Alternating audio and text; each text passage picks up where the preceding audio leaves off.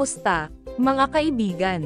Welcome sa Teacher's Corner, ang inyong online learning space kung saan ang pagkatuto ay mas pinadali. Dito, tatalakayin natin ang iba't ibang aralin sa paraang simple, malinaw, at kapaki-pakinabang, para sa mga mag-aaral, guro, at kahit kanino pang gustong matuto.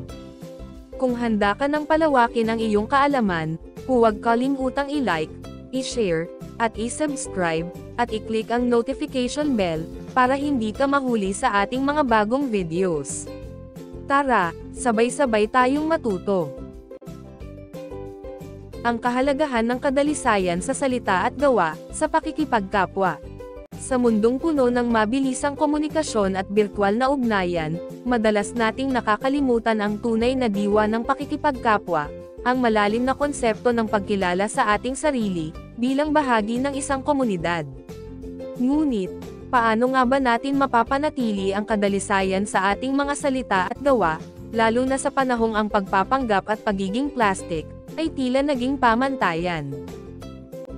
Ang kadalisayan, ay hindi lamang pagiging tapat sa iba, kundi pati na rin sa sarili. Ito ay pagpili ng mga salitang nagbibigay lakas, hindi pumapaslang, mga kilos na nagbubuklod, hindi naghihiwalay. Sa kulturang Pilipino, ang kapwa ay hindi basta iba. Ito ay pag-amin na ang bawat isa ay salamin ng ating pagkatao. Kaya naman, ang integridad sa pagsasalita at pagkilos, ay hindi lamang tungkol sa reputasyon, kundi sa paggalang sa dignidad ng bawat tao. Ang pag-unawa sa dignidad ng tao. Paggalang sa likas na halaga, ng bawat nilikha. Sa isang mundo, kung saan madalas magkompetensya ang opinyon, paniniwala, at katayuan sa buhay, ang konsepto ng dignidad ng tao, ay tila nalulunod sa ingay. Ngunit sa likod ng lahat ng ito, may isang prinsipyong hindi nagbabago. Ang bawat tao ay may likas na karapatang igalang, hindi dahil sa kanyang nagawa, kundi dahil sa kanyang pagiging tao. Ano ang dignidad?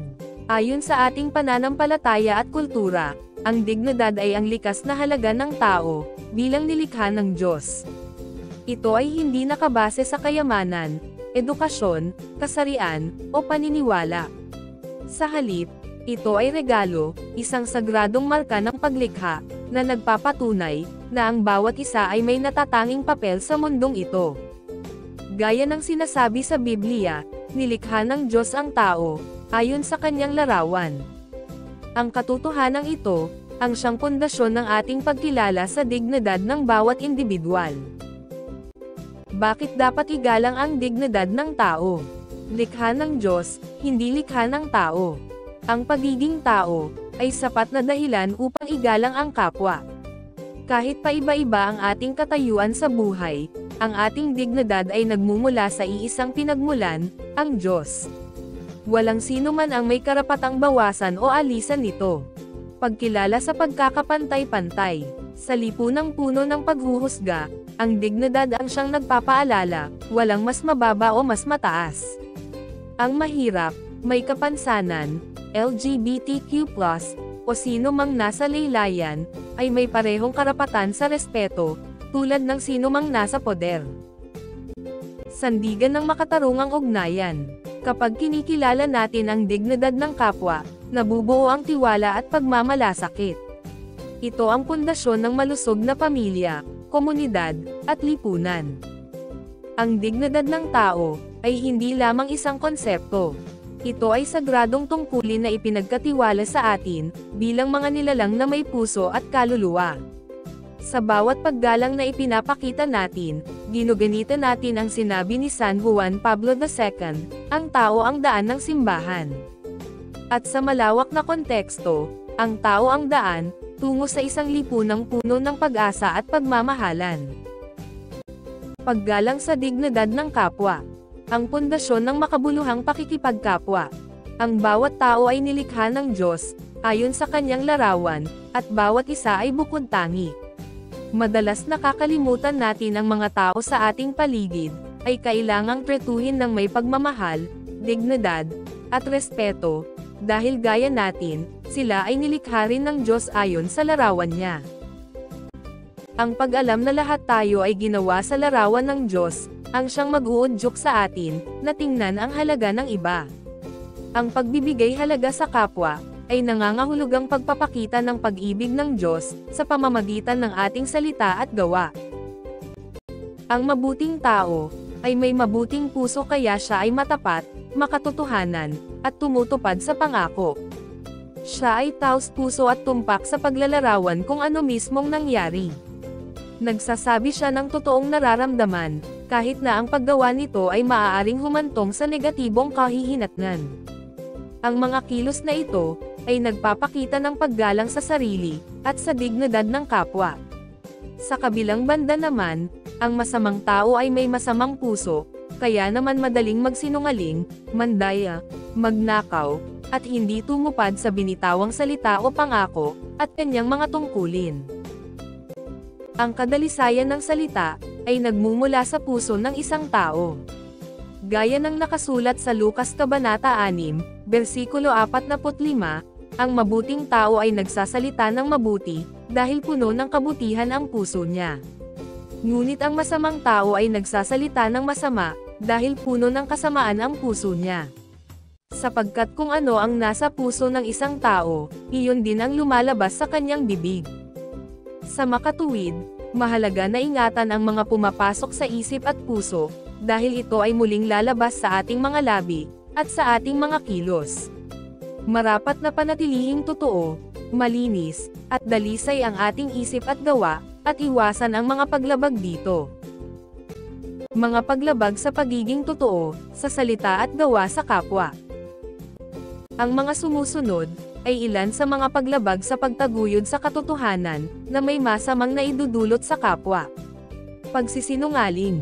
Ang pagsisinungaling, ay ang paggawa ng pinaniniwalaang maling pahayag sa ibang tao, na may layunin na paniwalaan ng ibang tao, na totoo ang pahayag na iyon.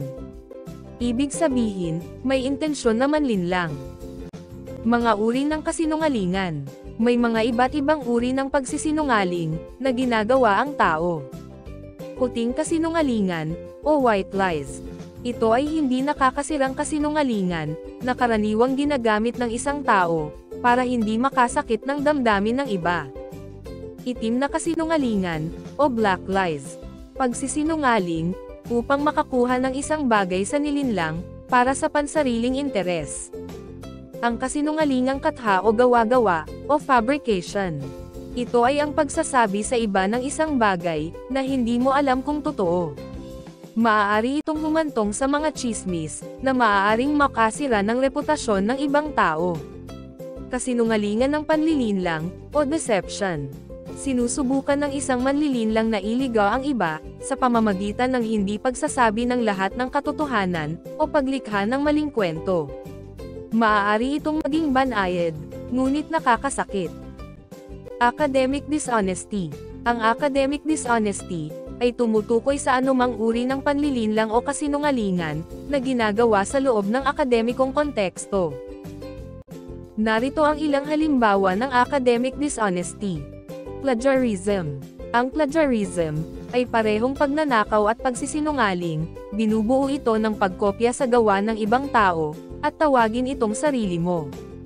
Ang plagiarism, ay isang napakaseryosong gawa. Ang ilang mga mag-aaral sa kolehiyo at nagtapos, ay natanggal pa sa paaralan dahil dito. Pandaraya, o cheating. Ito ay ang anumang pagtatangka na magbigay o makakuha ng tulong, sa isang pang-akademikong gawain gaya ng pagsusulit, mga proyekto, takdang aralin, at iba pa. Panloloko, o forgery, or falsification of documents. Anumang kilos at paggamit, panggagaya, at pagnanakaw ng mga maling dokumento, impormasyon, at lagda, para makapanlinlang ng iba. Pagsira, o hindi pagtupad sa pangako. Ang pangako ay isang deklarasyon ng isang tao, na may commitment, o isang katiyakan na gagawin, o iiwasan ang isang bagay. Ang mga nasirang pangako, ay isang kabiguan sa pagtupad ng binigkas na pangako ng isang tao. Ang mga nasirang pangako, ay maaaring maging lalong nakakapinsala, kapag ang taong nangako, ay walang anumang intensyon na tuparin ang kanilang salita sa simula pa. Ang mga paglabag sa pagiging totoo, ay nakakasira sa respeto, relasyon, at reputasyon ng kapwa, kaya mahalagang mapanatili ang katapatan sa lahat ng oras. Ang katapatan, ay nagmumula sa dalisay na isipan. Kapag malinis ang ating isip, magiging malinis din ang ating mga intensyon, at hindi natin hahangarin ang magsinungaling, o mandayan ng sinuman. Ang malinis na isipan, ay nagbubunga ng malinis na pananalita at gawa. Ang mga maruruming pag-iisip, ay kadalasang nagmumula sa mga napapanood, nababasa, o sa mga masasamang taong nakapaligid sa atin. Narito ang mga maaaring gawin, upang mapanatiling dalisay ang isip, salita, at gawa.